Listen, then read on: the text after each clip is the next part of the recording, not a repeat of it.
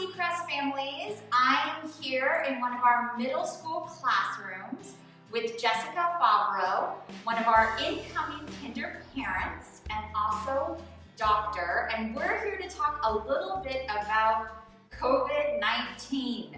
So, Jessica, first tell me a little bit about your job and how you got into it.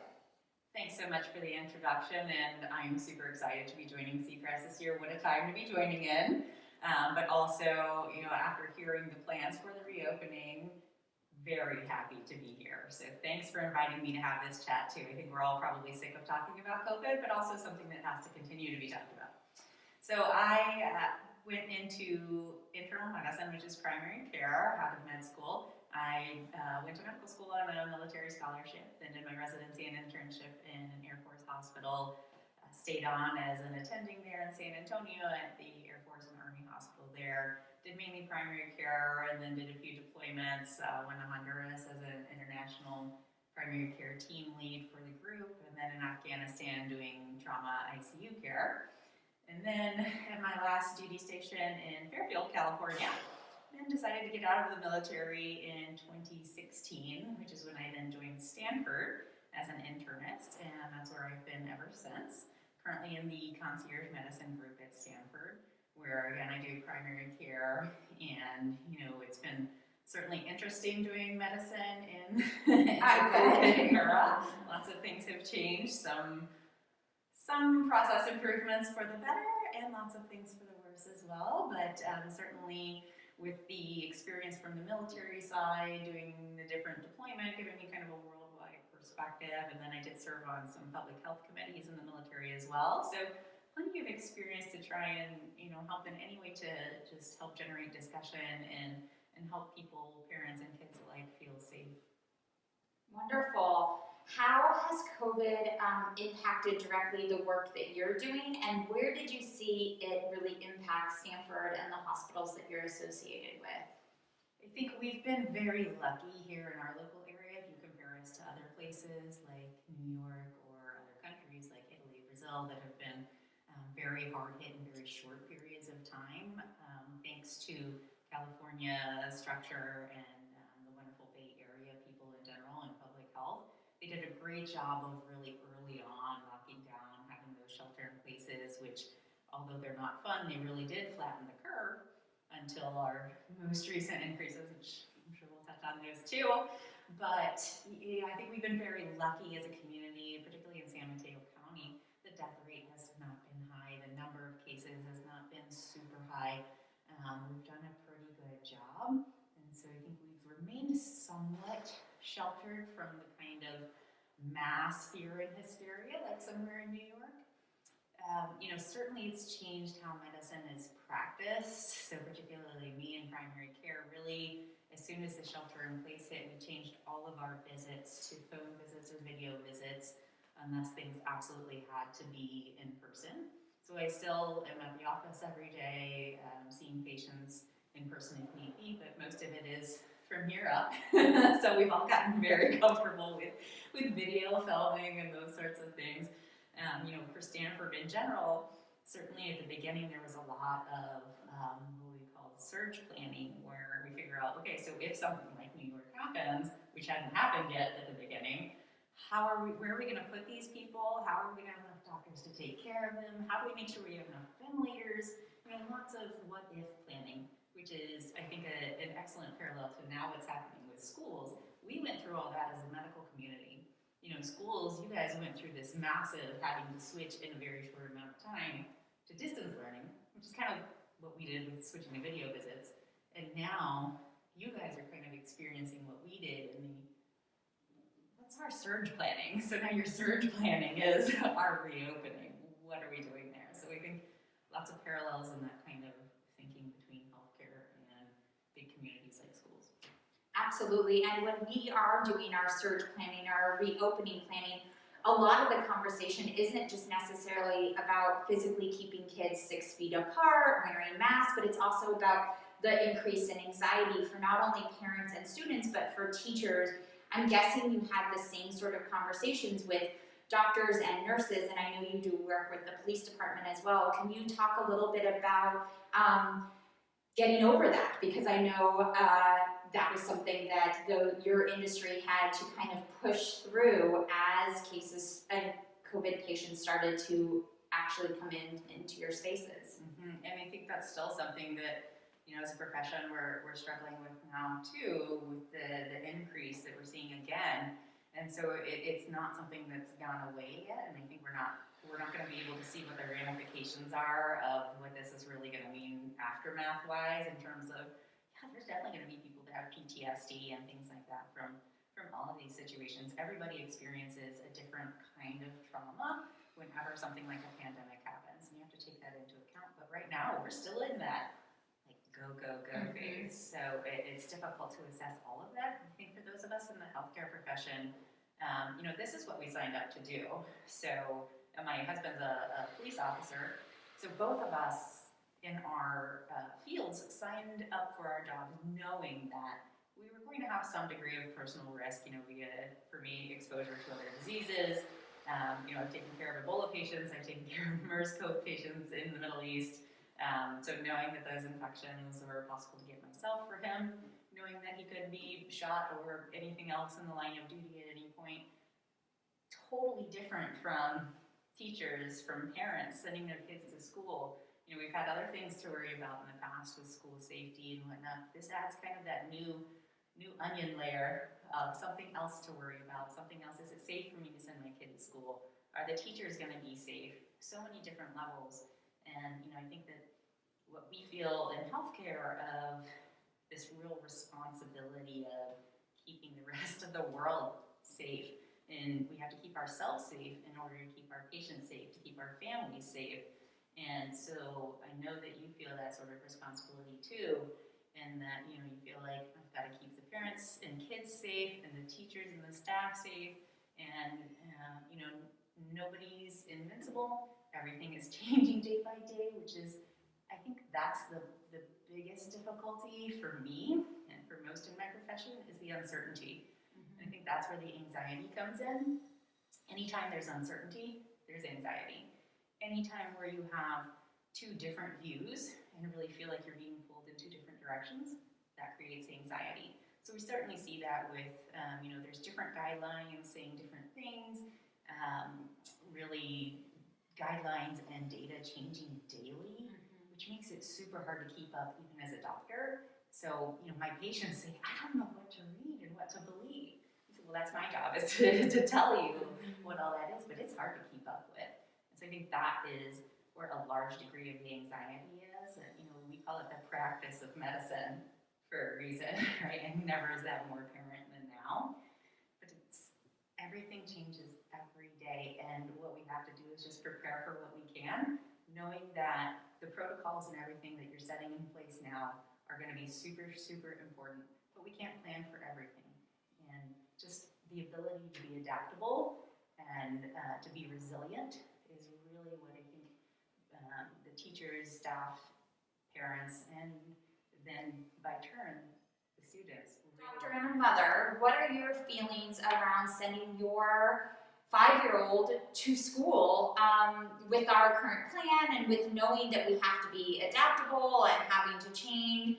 Where are you sitting currently today? You get the asterisk that your change and your feelings can change at any moment and any time, because we all are feeling that as well. Yeah, no, I think that's the important part, is that we all feel different stresses and different anxieties depending on what our family situation looks like, what our kids are like, and what our work situations are like. So it's different for everybody. Apples and oranges whenever you try and compare people's situations. So for me, it's been a struggle childcare-wise for the last few months since both my husband and I cannot work from home. And so when our daycare, we have a 2-year-old as well, so a 2 and a 5-year-old, and when daycare shut down, that first week we were really scrambling to try and figure out, oh my goodness, how do we do this? And then also trying to figure out, we don't have any family in the area. Everybody we would have used for extra help, we couldn't because of COVID. So it was definitely a struggle. I really feel that as a mom. And I think, feeling both the responsibility of the doctor profession, but also of the mom profession, just so incredibly difficult. So I for sure understand I need my kid to start school right now, but I also understand I only want my kid to come to a school that is going to be as safe as it can be. Mm-hmm. No school is going to be 100% safe. That's just not possible. And I think going into it with that mindset is where you know you're going to be safest. I think the schools and the places, the countries that go into it thinking, all right, we're going to do this however we're going to do it, and we're not going to have any infections, so bring it on. Those are the ones where there's too much risk. I think that the plan that you've got in place, that your team has come up with, we've talked about all the different guidelines that you've looked at, and again, those are always changing too. Mm-hmm. But in general, the same principles of things like wear a mask, the adults have to wear masks, the kids, when they can, and based on your percentage guidelines and whatnot. The social distancing, we are more than 6 feet apart. This is what it's going to have to look like in the classrooms. Frequent hand washing. I often do wonder why hand washing has only become a thing in the last 3 months. Right. Now it is. So lots of hand washing, all those things. And then having those protocols of what happens if somebody gets sick, and then what do we do in terms of contact tracing, testing, closures, and things like that. And so you've got those situations planned out already. Things will come up that we weren't expecting. They just do. It's the nature of life. It's the nature of disease. We don't know what's going to happen with this virus. Is it going to go away? Is it going to come back in the fall? Even worse? We have no idea. So that's part of the contingency planning that you're doing. So with knowing your plans, I'm super happy. Told you I'm ready. You can take my kid tomorrow. My kids have, once they opened back up, my kids have both been in daycare for now, I think the last 2 months, and they have a very similar protocol. Temperature checks, symptom checks. Parents aren't allowed inside, which stinks a little bit, but also, good luck, kid. Have a great day. Mom, will see you later. Lots of great protocols. There's always going to be things that happen. Again, we've had some unexpected things happen at daycare too, but I think just knowing that you have to be flexible. We've all been super flexible the last few months. Knowing that's got to continue and that things may change at any point. I feel very safe knowing that there's protocols in place. If you were just willy-nilly coming up with things, not following any guidelines, I 100% would not send my kid. And so super happy to be here at Seacrest, where you guys are just really doing an awesome job. And I think staying adaptable too, which is the really hard part. And I think that's harder on adults than it is on kids. Kids are so resilient. I don't know about yours, but mine, I think they don't even know that there's much going on. They know that they're getting to play outside a lot, and that everybody wears these funny looking things on their faces. And now we can tell if people are smiling because of how wrinkly mommy's eyes are. But kids are so resilient that they adapt to change, and they will do, for the most part, although parents may not believe it, they do listen to the teachers at school. They just don't listen to us at home. So they're going to do what you guys tell them to do. Hey, wash your hands, 15 times a day. Great, got it. Be extra clean. Okay, what's this cool thing? I get to squirt on my hands. Neat. So they're going to do what you guys ask them to do, and I feel very safe with that, and safe in knowing that you're going to keep updated with the guidelines. And the whole concept is you have a team. You've got a great team, and I think just making sure that you're getting all the data that you can, gleaning what you can from the guidelines to keep it safe. So again, it depends on all of the different family perspectives and work situations. If you have a kid who's immunocompromised, maybe it's not the best choice to send your kid to school in the kind of experimental phase. Or if you have somebody at home who's immunocompromised, because the likelihood is much more so that your kid is going to pick up COVID from somebody at home or a household contact than from somebody at school. So keeping that in mind, I think also can help you make that informed decision. And it's everybody's different individualized decision, none of which can be faulted. Absolutely.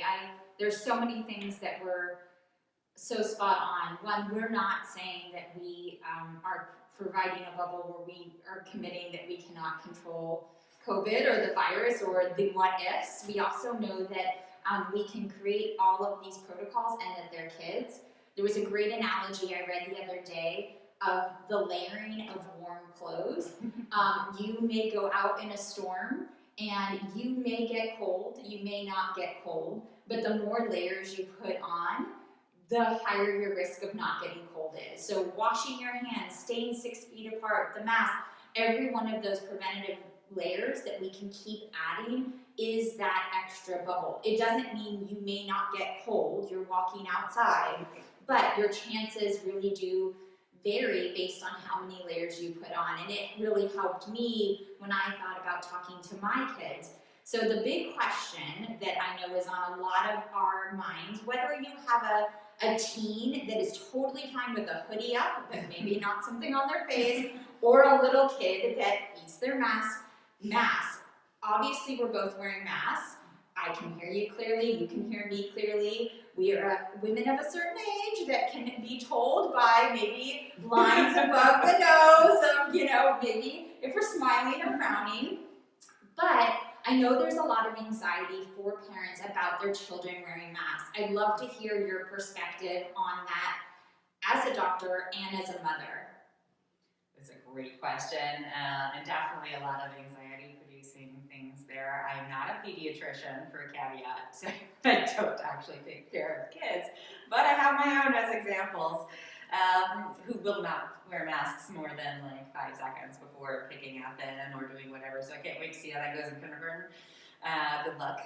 But I think you're absolutely right. I really like that analogy of the extra layers. So it is, everything that you can do individually makes a huge difference then if you think of also the analogy of like a drop in a lake. You make that drop and then it ripples, right? So it's the ripple effect. You have one person socially distancing and wearing a mask, and then there's almost like a peer pressure too of, oh gosh, that person's wearing a mask, I should probably be wearing a mask, so I'm going to put on my mask then. Same kind of thing, but totally different in a school setting. Yeah, but I think it also speaks to what we have to do as families to keep school safe as well, and knowing that we have to be responsible at home as well in order to keep everybody at school safe in that same social bubble. So, I think there's been a lot of concerns about, are kids going to be able to understand their teachers well through the masks? I think as we can see with us speaking, having done now many lectures and talked to so many patients through masks, I don't think that that's an issue, but I can certainly understand how if there's any hearing impaired students, having an extra microphone or an extra amplifier, certainly those things need to be considered, or sitting at somewhere close to the teacher as opposed to back in the back of the room, those different kinds of things. Facial expressions, I think, are so difficult. I think that's a lot of the social emotional development of the younger grades for sure. I know my 2-year-old cannot understand anything with only half of a face to see, right? But a 5-year-old a little bit more. And I know it's challenging, especially kid to kid, I think, in being able to see their social cues and whatnot. And I know teachers are concerned about being able to fully express things to the kids. I think this is just one of those situations where we have to make do with what we can. And I think you really touched on it, that actually there's lots of areas, to be totally honest, that we are not experts in. Everything about COVID is something that is very foreign, and I am going to bring in people to help me understand and explain and digest. When we get a 64-page document on rules and regulations, I can't, disclaimer, was not hired for my infectious disease discovery and understanding skills, but what I know we are professionals at Seacrest is teaching kids and inspiring kids.